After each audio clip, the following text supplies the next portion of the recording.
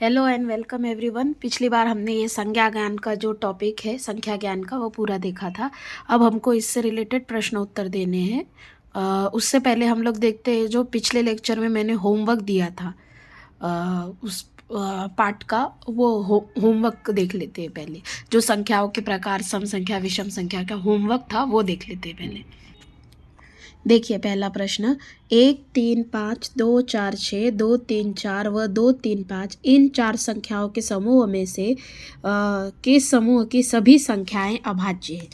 ऐसा कौन सा है ये चारों ऑप्शन में से जो सारी की सारी संख्याएं क्या है, अभाज्य संख्याएं हैं। सारी की सारी अभाज्य होनी चाहिए। 2 4 6 है क्या अभाज्य संख्या है? नहीं, ये पहाड़े में आती है, 4 भी आता है, 6 भी आता है। 2 3 5 है क्या? यस। कौन सा आएगा उत्तर? 2 3 5, क्योंकि सारी की सारी संख्याएं कौन सी है, अभाज्य है, किसी के पहाड़े में नहीं आती खुद को छोड़ के। अब आप पूछोगे तीसरा क्यों नहीं है? क्योंकि एक ऐसी संख्या है जो भाज्य भी नहीं है अभाज्य भी नहीं है, इसलिए ये वाला भी नहीं आएगा। और 2 3 4 इसमें 2 और 4 भी पहाड़े में आती है, सॉरी 4 भी आता है 2 के पहाड़े में, इसलिए ये अभाज्य संख्या नहीं है। समझ में आया? कौन सा होगा इसका उत्तर? दूसरा। देखो अगला प्रश्न, 6 अंकों की छोटी से छोटी सम संख्या और 5 अंकों की बड़ी से बड़ी संख्या में कितना अंतर होगा? 6 अंकों की छोटी से छोटी सम संख्या, 6 अंकों वाली हमें छोटी से छोटी सम संख्या दिखती है। सबसे पहले 6 अंकों वाली जो पहली सम संख्या रहती है वो पहली जो संख्या रहती है वो देखेंगे हम लोग। देखिए 6 अंकों वाली सम संख्या देखनी है हमें। 6 अंकों वाली, 6 अंकों वाली संख्या कौन सी होती है? 6 अंकों वाली ये सबसे छोटी संख्या है 1 लाख, ठीक है। 6 अंकों वाली सबसे छोटी से छोटी क्या है? ये सम संख्या है, ठीक है। और अगला पूछा है, देखो पहली बात तो ये सम संख्या है क्या? 6 अंकों वाली संख्या है, पर सम संख्या है क्या? है, क्योंकि आखिरी में इसके 0 है इसलिए। अभी 5 अंकों की बड़ी से बड़ी संख्या, 5 अंकों की बड़ी से बड़ी संख्या कौन सी हो सकती है? सम विषम पूछा है क्या? नहीं, सिर्फ 5 अंकों वाली सबसे बड़ी संख्या। तो 5 अंकों वाली जो सबसे बड़ी संख्या होगी वो होगी ये 99,999, ठीक है। इन दोनों का अंतर ज्ञात करना है हमें। देखिए उन्होंने क्या पूछा, इनका अंतर कितना होगा। इनको घटाइए, 1 लाख में से 99,999 घटाएंगे तो अंतर कितना आएगा? 1। अंतर कितना आएगा इन दोनों का? अंतर यानी माइनस करके कितना आएगा? 1। एक कौन सा ऑप्शन है? देखिए दूसरा, इसलिए कौन सा आएगा? दूसरा। अगला है, 1 से 100 तक की संख्या में सबसे बड़ी सह अभाज्य संख्या की जोड़ी, अभाज्य संख्या के जोड़ी की संख्याओं का योग कितना होगा? 1 से 100 तक मैंने बोला था आपको सहअभाज्य संख्याओं की जो जोड़ी है आपको याद करनी पड़ेगी। तो आपको याद है 1 से 100 तक सबसे बड़ी सहअभाज्य संख्याएं कौन सी है? बस उन संख्याओं का क्या करना है? हमें योग करना है। देखिए सबसे बड़ी जो अभाज्य संख्या है वो कितनी है? 71 और 73। हमें इसका बस क्या करना है? जोड़ ज्ञात करना है। 71 और 74 का जोड़ कितना होगा?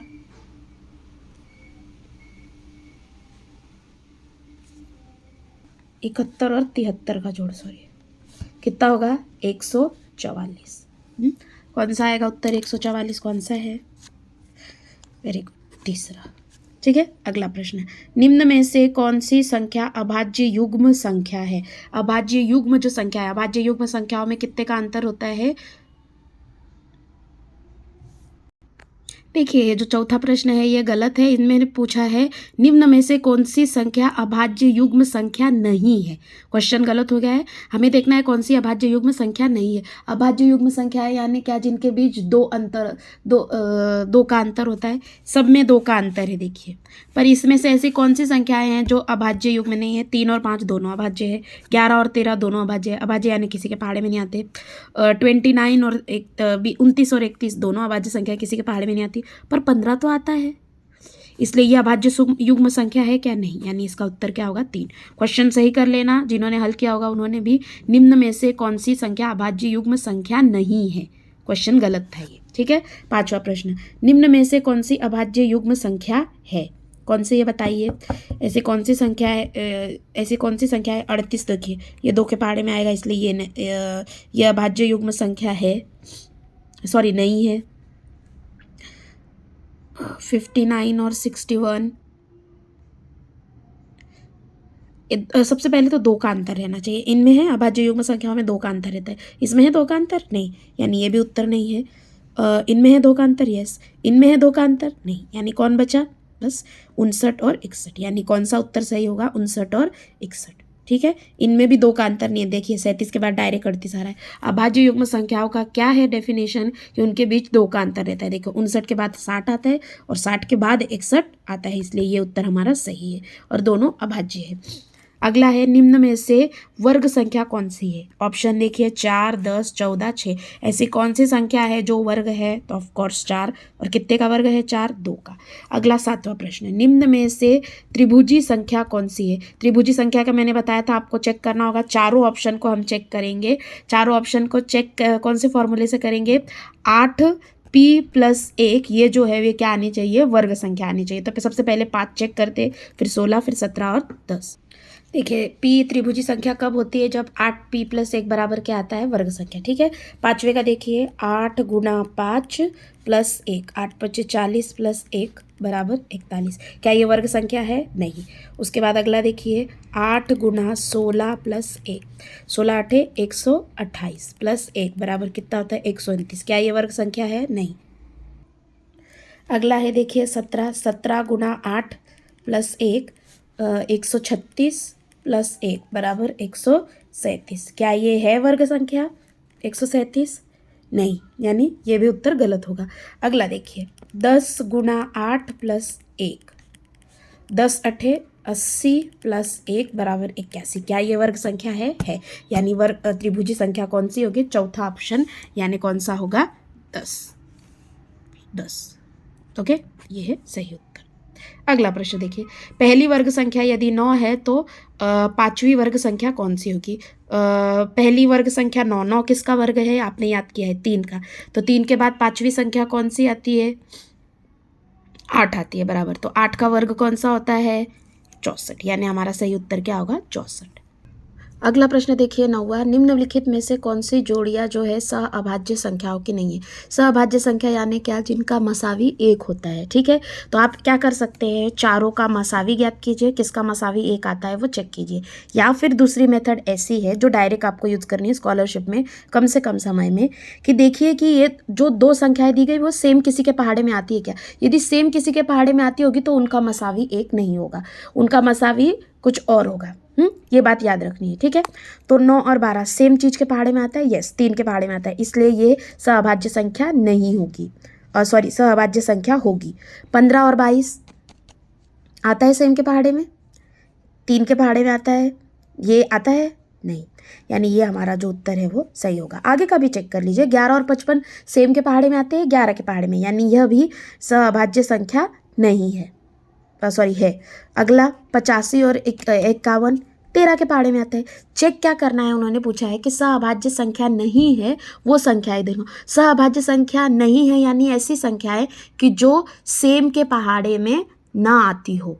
तो ऐसा कौन सी संख्या है? या जिनका मसावी 1 आता हो। तो ऐसी कौन सी संख्या है? ये 3 के पहाड़े में आता है दोनों, 11 के पहाड़े में आता है, 13 के पहाड़े में आता है, इसलिए सहअभाज्य संख्या नहीं है। ये कौन होगा? दूसरा प्रश्न, दूसरा ऑप्शन होगा। दूसरा ऑप्शन किसका है? पहले का है, इसलिए हमारा उत्तर क्या होगा? 9वें का पहला। अगला देखो 46 के बाद आने वाली पांचवी विषम संख्या कौन सी होगी? 46 के बाद आने वाली जो पांचवी विषम संख्या पूछी है, इसलिए 46 के बाद आने वाले 10 से 11 नंबर हम लोग लिख लेंगे। 46 के बाद आने वाली पांचवी विषम संख्या, 46 के बाद पहली विषम संख्या ये, दूसरी ये, तीसरी, चौथी और पांचवी, यानी कौन सी होगी? 55 होगी। कौन सा ऑप्शन होगा? 55, यानी दूसरा। ठीक है, ये होगा इन सब के उत्तर। अभी आपको इनके उत्तर अपनी नोटबुक्स में लिख लेने हैं और मैंने जो ओरली भी बताया, जो एक्सप्लेनेशन स्पष्टीकरण, वो भी लिख लेना है। अब देखते हैं हम लोग संख्या ज्ञान का प्रश्न। पहला देखिए 34,520 को अंतर्राष्ट्रीय संख्या चिन्ह में कैसे लिखेंगे? अंतर्राष्ट्रीय संख्या चिन्ह यानी इंग्लिश में कौन सा है सही ऑप्शन? तो सही ऑप्शन है हमारा कौन सा? तीसरा। ओके, अगला देखते हैं 29,179 को अंतर्राष्ट्रीय संख्या, अंतर्राष्ट्रीय यानी इंग्लिश में कैसे लिखेंगे? 29,179 कौन सा ऑप्शन होगा? चौथा ऑप्शन। ओके, अगला 5 अंकों की सबसे बड़ी संख्या को अंतर्राष्ट्रीय संख्या चिन्ह में कैसे लिखेंगे? 5 अंकों की सबसे बड़ी संख्या क्या होगी? 99,999। तो कौन सा है ऑप्शन? और अंतर्राष्ट्रीय चिन्ह यानी इंग्लिश में कौन सा आएगा? पहला ऑप्शन आएगा। ठीक है, अगला, अंतर्राष्ट्रीय संख्या चिन्हों की संख्या कितनी है? अंतर्राष्ट्रीय संख्या चिन्ह यानी 0 से लेकर 9 तक है ना, संख्या चिन्ह यानी नंबर्स कितने हैं? 0 से लेकर 9 तक, और उसके बाद बाकी के बने हुए हैं ना, इसलिए क्या आएगा? टोटल संख्या कितनी आएगी? 10। देखिए 0 से लेकर 9 तक गिनो, 1 2 3 4 5 9 और 1 ये 10, यानी कौन सा आएगा? सेकेंड ऑप्शन आएगा। अगला, विश्व स्तर पर कौन सी संख्या चिन्ह का उपयोग किया जाता है? ऑफकोर्स विश्व स्तर पर कौन सी संख्या का उपयोग किया जाता है? अंग्रेजी, यानी 4th ऑप्शन आएगा। अगला है देखिए, 67,894 के सैकड़ा स्थान पर सैकड़ा स्थान के अंक को अंतर्राष्ट्रीय अंकों में लिखो। सैकड़ा स्थान पर कौन सा अंक आ रहा है? इकाई, दहाई, सैकड़ा। कौन सा अंक आ रहा है? 8, और 8 को अंतर्राष्ट्रीय चिन्ह में कैसे लिखते हैं? दूसरा ऑप्शन। ओके, अगला, 97,382 के 1000 स्थान पर आने वाले अंक को देवनागरी लिपि में लिखो। 1000 स्थान पर कौन है? इकाई, दहाई, सैकड़ा, 1000। 1000 सात है, और 7 को देवनागरी यानी हिंदी में कैसे लिखते हैं? ये पहला ऑप्शन। ओके, देखते हैं 8वां प्रश्न। भारतीय प्रचलन की नोटों पर क्रमांक डैश संख्या चिन्ह में होता है। क्रमांक यानी 100 की नोट पे कौन से अक्षर में लिखा जाता है? देवनागरी में, हिंदी में लिखा जाता है क्या? अंतर्राष्ट्रीय में लिखा जाता है? तो ऑफकोर्स अंतर्राष्ट्रीय में उसे लिखा जाता है। ओके, अगला है, सलीम 2.5 लाख को अंतर्राष्ट्रीय संख्या चिन्ह में कैसे लिखेगा? 2.5 लाख, 1.5 मतलब क्या होता है? 1.50, और 2.5 मतलब क्या होता है? 2.50। तो 2,50,000 अंतर्राष्ट्रीय संख्या चिन्ह में कैसा लिखा जाएगा? बताइए, ऑप्शन 3। ओके, अगला, जोसेफ ने 2.25 लाख रुपए में मोटरसाइकिल खरीदा। अभी पौना मतलब क्या होता है?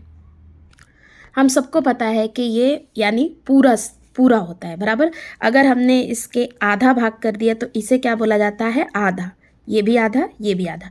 और अगर हमने इसका और एक भाग कर दिया यानी 4 भाग कर लिए टोटल, तो कितना होता है? इस भाग को कितना बोलते हैं? पाव। इसे भी क्या बोलते हैं? पाव। इसे भी पाव, इसे भी पाव, पर उन्होंने क्या बोला है? पौना। अगर एक का मतलब पाव होता है तो पौना मतलब क्या? जो बचा हुआ हिस्सा है, यानी कितना हिस्सा? 3/4 हिस्से को क्या कहा जाता है? पौना। क्या कहा जाता है? पौना। 3/4 हिस्से को क्या कहा जाता है? पौना। और 1/4 यानी एक पार्ट को क्या कहा जाता है? पाव। इसे याद रख लीजिए। ये अगर 4 हिस्से की है, उसके अगर 3 हिस्से को मैं पकड़ूँ तो उसे क्या कहा जाता है? पौना। अगर एक हिस्से को, सिर्फ एक हिस्से को पकड़ूँ तो उसे क्या कहा जाता है? पाव। अगर मैं 2 हिस्सों को पकड़ूँ यानी ऐसे 2 हिस्सों को पकड़ूँ तो उसे क्या कहा जाता है? आधा। समझ में आया?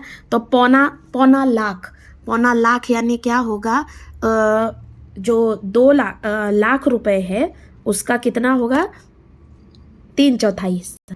उसका कितना होगा? 3/4 हिस्सा। अगर आप इसको भाग करोगे तो आएगा 4 दूनी 8, 4 पचे 20, और ये 3 0। 25,000 गुना 3 यानी कितना आएगा? 75,000।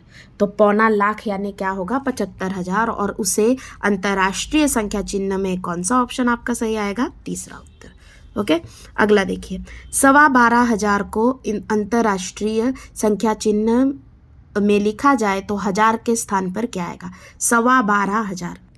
देखो 12,500 मतलब कितना होता है हमें देखना है। अभी 1:15 बजते हैं घड़ी में, यानी हम क्या बोलते हैं कि 1:15 हो रहे। ठीक है, घड़ी में टोटल कितने होते हैं? 60 मिनट होते हैं ना, यहाँ से लेके वापस यहाँ तक, तो हम 15 बोलते हैं, यानी वो कितना हिस्सा होता है? 1/4 हिस्सा होता है, बराबर। क्या होता है वो? 60 का 1/4 हिस्सा होता है। तो वैसे ही 12,500 मतलब क्या? पहले तो 12,000 रहेगा ही, ठीक है, 12,000 रहेगा, पर फिर 1000 का कितना हिस्सा रहेगा? 1/4। 1000 का 1/4 हिस्सा रहेगा। क्योंकि 1:15 बज रहे मतलब क्या बोलते हैं हम 1:15, इसलिए पहले 12,000 तो रहेगा ही, पर उसके बाद जो ये 60 मिनट रहते हैं उसका 15 मिनट मतलब ये 1/4 होता है ना।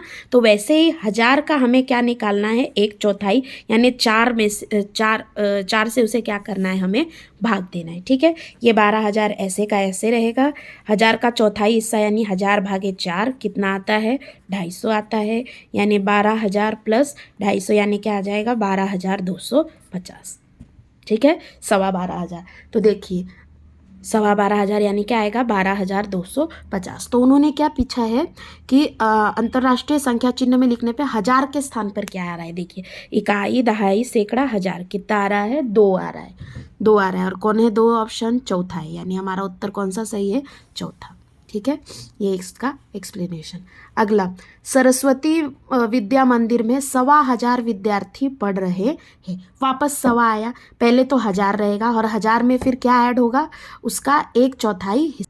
देखिए 1,1500 में क्या आएगा, 1000 तो आएगा, 1000 में क्या जोड़ेंगे, और 1000 का 1/4 हिस्सा हमने अभी ज्ञात किया, कितना आया था, 250, यानी 1000 में 250 जोड़ो। और अंतर्राष्ट्रीय संख्या चिन्ह में 1000 में कितना जोड़ोगे, 250, यानी कितना आएगा, 1250। तो कौन सा है अंतर्राष्ट्रीय संख्या चिन्ह में लिखा हुआ, 1250, तीसरा, यानी कौन सा ऑप्शन सही है, 3। अगला, 9 को रोमन संख्या में कैसे लिखते हैं, तो 10 में से 1 कम, यानी कौन सा ऑप्शन सही होगा, तीसरा।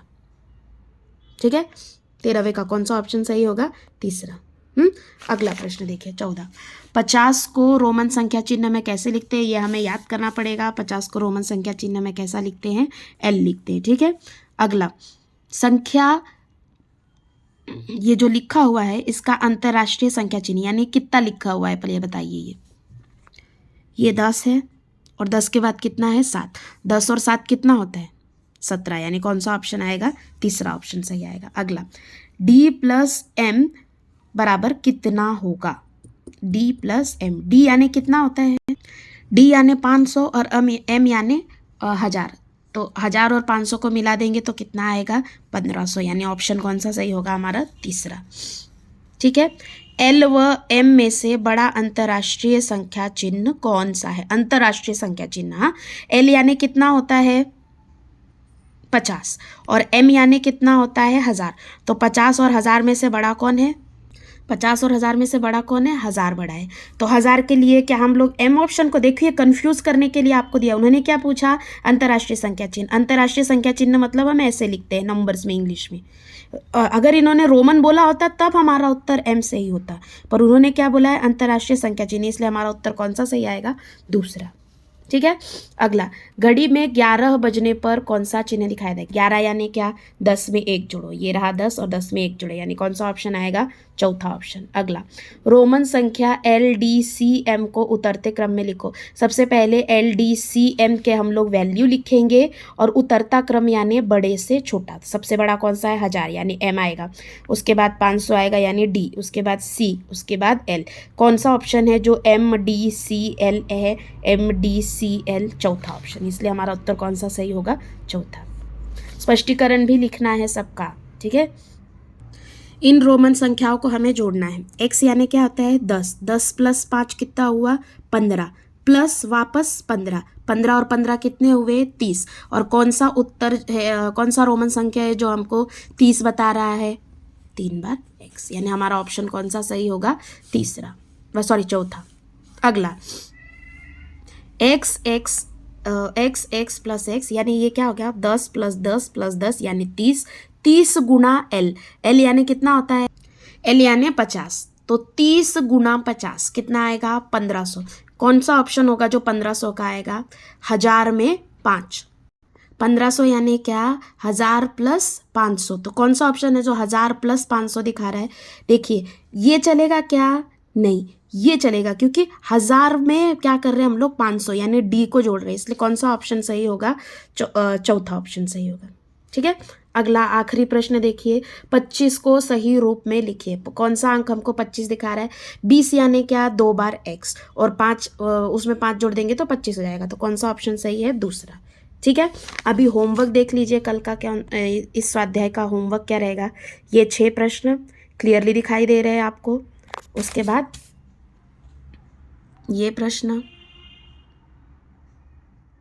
उसके बाद ये प्रश्न। ये है आपका होमवर्क। मिलते हैं अगले लेक्चर में। अगले पहला उपघटक हो गया हमारा पूरा, उसके प्रश्न उत्तर भी हो गए, सब कुछ हो गया। अभी मिलते हैं अगले लेक्चर में। तब तक के लिए थैंक यू फॉर वॉचिंग।